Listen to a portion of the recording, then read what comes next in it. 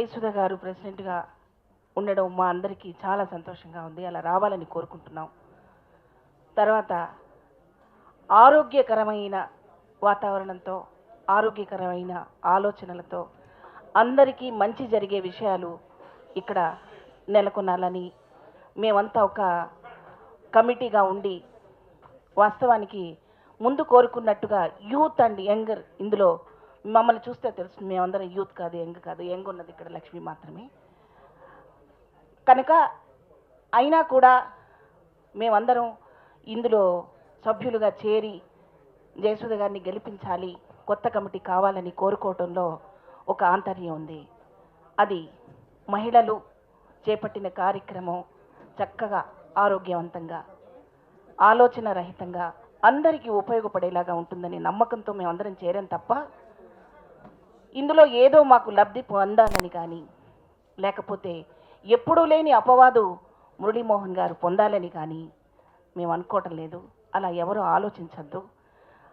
ఒక రకంగా చెప్పాలంటే నేను ఈ సంవత్సరం వద్దులే అనుకున్నాను. గతంలో ఒక 4-5 సంవత్సరాలు నేను ఈసీ మెంబర్గా ఉన్నాను. ఆ తర్వాత వయసు రీత్యా కానీ నా ఆరోగ్య పరిస్థితి రీత్యా కానీ నేను యాక్టివ్గా ఉండలేనేమోనని వద్దనుకున్నమాట వాస్తవం.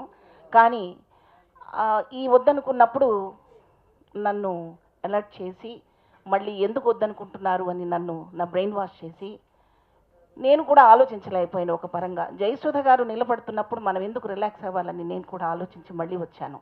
అయితే వద్దనుకోవడానికి కారణం ఏంటో మీ అందరి ముందు చెప్పాలి. ఓటు అడగడానికి ఒక 10 మందికి ఫోన్లు చేస్తే నేను ఆ పేర్లు చెప్పను. ఎందుకంటే వాళ్ళు కూడా మా వాళ్ళేనండి. వాళ్ళు మాకు శత్రువులు కాదు.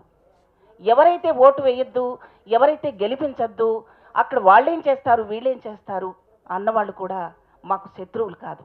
మా అంటే మేమందరం ఒకటే.